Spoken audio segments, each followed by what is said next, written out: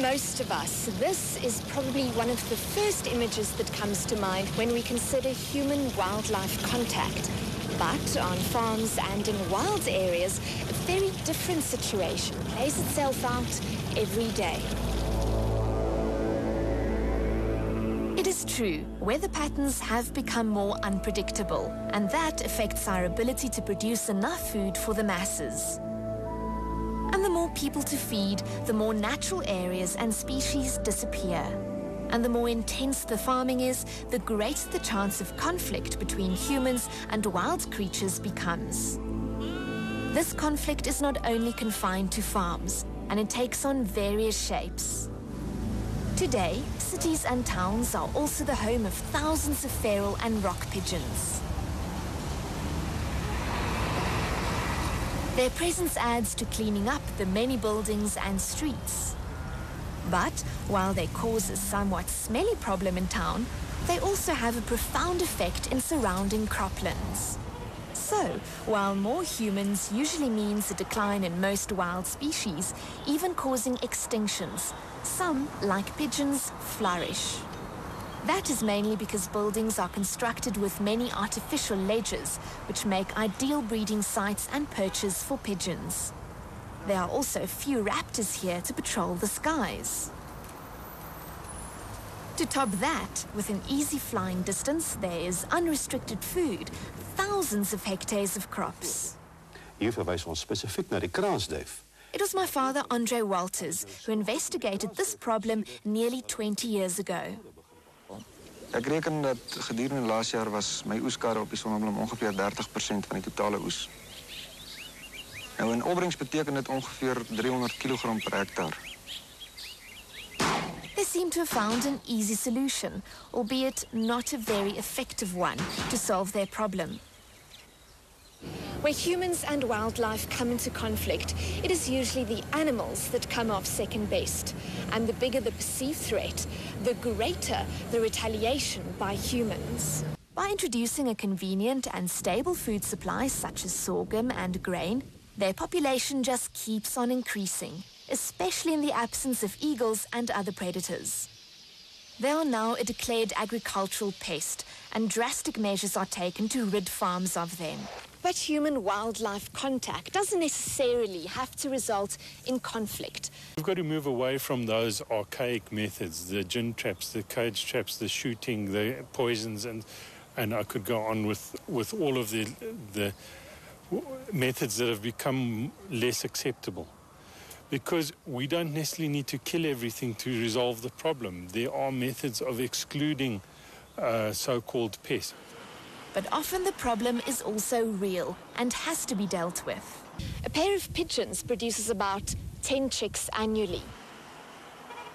It's not so much their presence, but what they leave behind that is the problem. The white matter visible in pigeon droppings contains uric acid, a highly corrosive substance that can damage buildings. The high maintenance cost and the ineffectiveness of cleanups got Dr. Andre Verster and his partners looking for a solution after they occupied a new medical center in Secunda. Hierdie gebou van ons het ons so min of meer 9 jaar gelede voltooi. Even before the building was completed, pigeons started breeding there. But their presence proved to be costly after a sudden thunderstorm. Nesting material blocked gutters and downpipes that resulted in flooding. Dit is baie moeilike probleme om op te los as jy self weet. Daar is nie baie. But upon seeing how many other birds also share their space, they decided poison was not an option. They then heard about a new innovation, the meerkat, that would only scare the birds off and wouldn't kill them, and decided to try it out. This system has rotating mirrors shaped like a 3-sided pyramid. Units are positioned around the building to form a reflective shield that will theoretically scare birds away from the building. But does it work? Prof Wouter van Hoofen at the University of Pretoria Centre for Wildlife Management says yes, at least in theory, it should. New information that has been surfacing now due to research particularly done in Germany points to certain molecules that you find in the eyes of birds And these are macromolecules, also referred to as cryptochromes. Now, these cryptochromes get activated. They become in an activated state as a result of light, but particularly light of a short wavelength. That is the blue and green order of lights. That activates these molecules. It has been found by a group doing research in an animal navigation laboratory at Goethe University in Germany that when you rotate these light sources of short wavelength, they get so disorientated that they rather go away than try to attempt a landing. But seeing is believing, says Andre. Die jare, dit is nou min of meer 2 jaar sedert ons dit geïnstalleer het en die duifbesetting het baie goed afgeneem. He says so far they've seen a marked reduction in their cleaner bill, so the pigeons do stay away. Realizing the need to improve on existing models, bird chaser John Kotze decided to design his own light chaser, the Eagle Eye. It was a refinement of an existing product that originated in Italy. We wanted something to deter birds with that was non-lethal and eco-friendly. John commissioned a firm of consulting engineers to solve some design flaws. Charles de Kock headed the development team, and 18 months later, they were ready for field trials. Mirrors were discarded in favor of surface coating and a 4-sided, multifaceted pyramid that dramatically improved the effective area.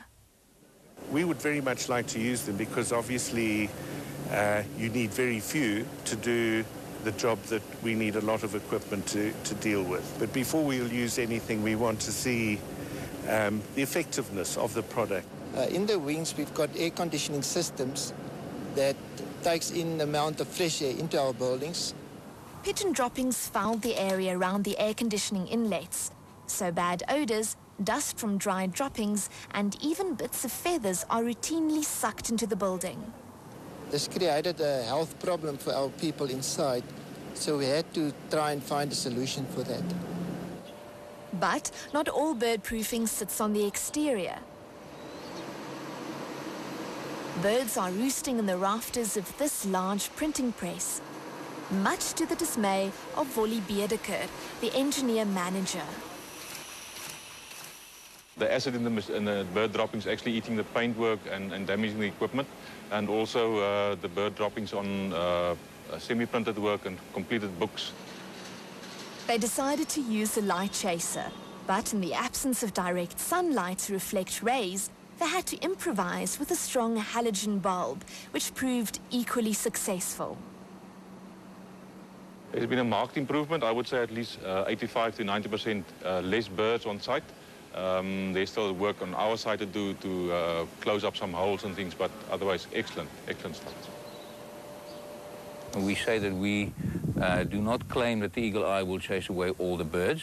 We can get the results up to as much as 80%. But we say if we can do it in combination with some other products, existing products on the market, we get very good results. While some birds can at least be controlled by physical barriers in smaller areas, the protection of crops on farms is another challenge. Lourens van den Berg is a strawberry farmer near Brits. No problem with the birds under the nets. As soon as we go in the open field, where we are now, then there's a problem with the birds. One of the problems is that the bird picked the seeds off the strawberry, then you can't pack it. You must either throw it away or use it for jam. His losses forced Lourens to also look into a non-lethal solution for his bird problem. He decided to experiment with solar-powered light reflectors to deter the birds. The crops are to the north of the installations, which means they are always in the reflective zone during daylight hours. Previously, it was about 100%. Now, damage now is about 10% damage of the fruit. If the system works reasonably well for birds, what about keeping unwanted mammalian raiders out? Yeah, we did some tests on bats. We found that it works very well on bats. But other mammals, other than that, no. We have done some tests at some stables where we had horses, and it did have no effect on the horses at all. So as far as mammals is concerned, I think when they do react initially, it's just a matter of this being something weird, something new, and they're off. But if it just remains where it is, animals get habituated to it and lose fear of it and would get up to even close to it. We believe that it's possible to avoid conflict by putting systems in place, not waiting for damage to happen, but to put the systems in place, the damage control, because whatever that expense incurred is going to be less than the losses that he is presently experiencing. Although the light chaser appears to be a reasonable bird deterrent, its long-term effectiveness to keep unwanted birds away still has to be proved.